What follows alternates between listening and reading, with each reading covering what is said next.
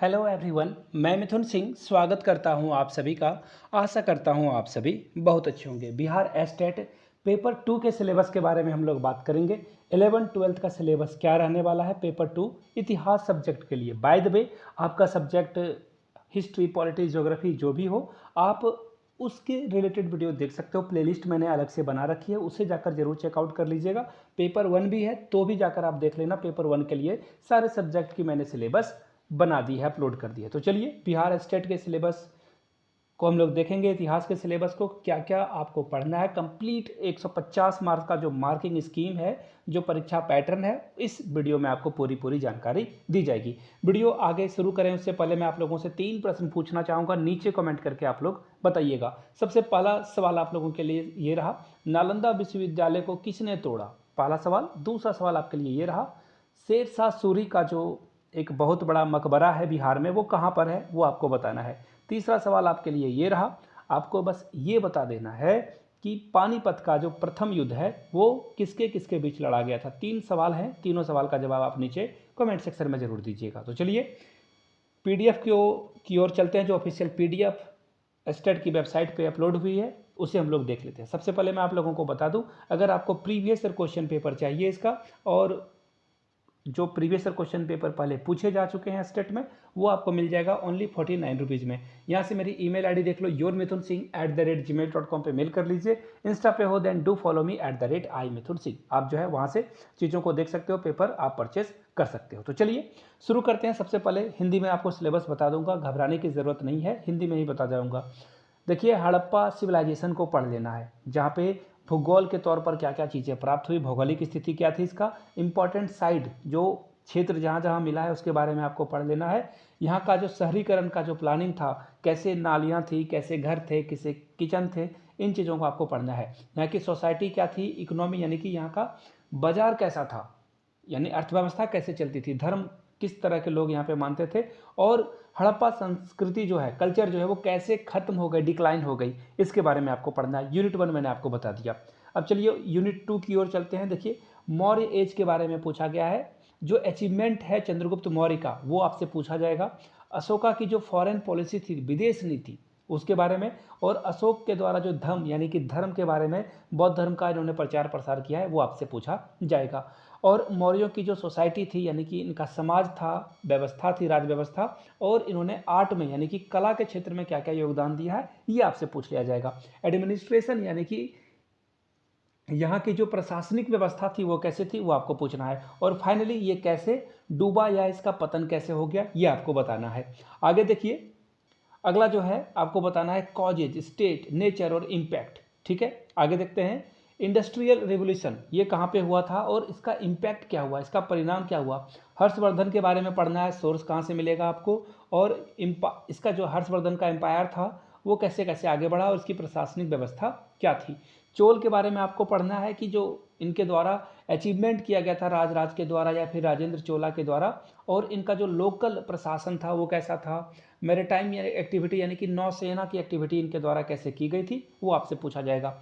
और फ्रांस की क्रांति 1789 की आपसे पूछी जाएगी। क्या कारण था कि फ्रेंच रेवोल्यूशन हुआ, इसकी प्रकृति कैसी थी और इसका क्या असर देखने को मिला। और नेशनल असेंबली की क्या अचीवमेंट थी, लोगों को इक्वल वोट, इक्वल राइट महिलाओं को मिला था, इसके बारे में आपसे पूछा जाएगा। रीजन ऑफ टेरर ये आपसे पूछ लिया जाएगा। सेकेंड वर्ल्ड वार को आपको पढ़ना है, फर्स्ट वर्ल्ड वार के बारे में इन्होंने कुछ नहीं बताया।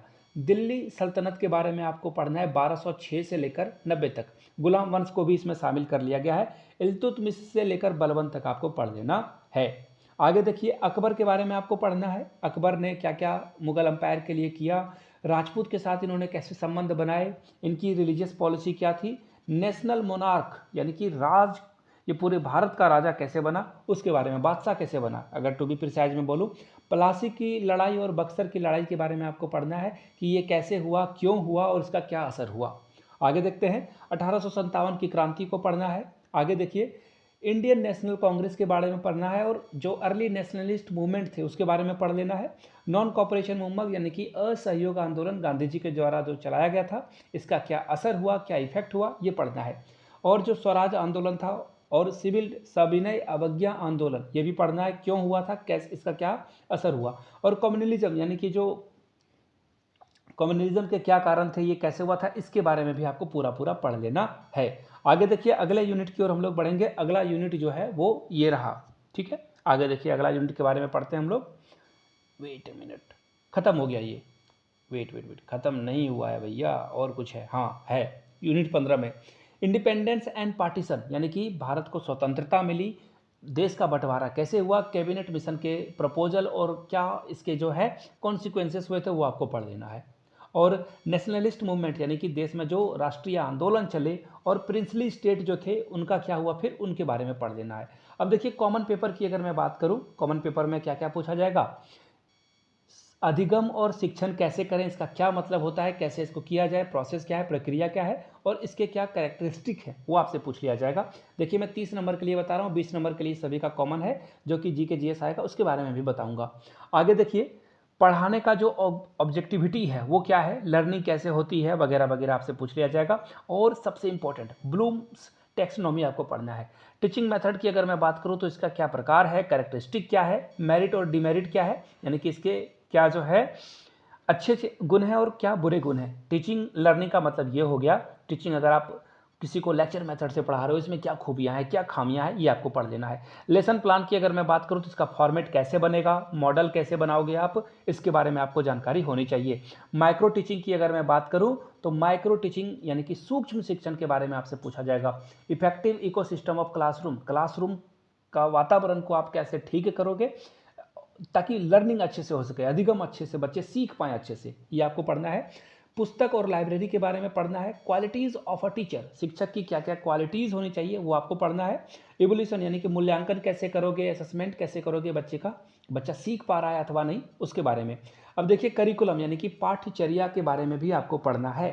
Factor affecting teaching and learning, बच्चे को सिखाने और सीखने के दौरान क्या क्या फैक्टर काम आते हैं, क्या क्या अवरोध आता है सामने में, ये चीज़ों को आपको पढ़ लेना है। आगे देखिए अगर मैं बात करूं टीचिंग एड्स की, जैसे कि आप मॉडल बनाते हो, चार्ट पेपर बनाते हो, या फिर ऑडियो विजुअल, बच्चे को कोई गाना सुना देते हो या फिर कोई स्पीच सुनाकर आप पढ़ा रहे हो या फिर वीडियो दिखाकर पढ़ा रहे हो, तो उसका क्या क्या इंपैक्ट आएगा लर्निंग पे, ये इंपॉर्टेंट है।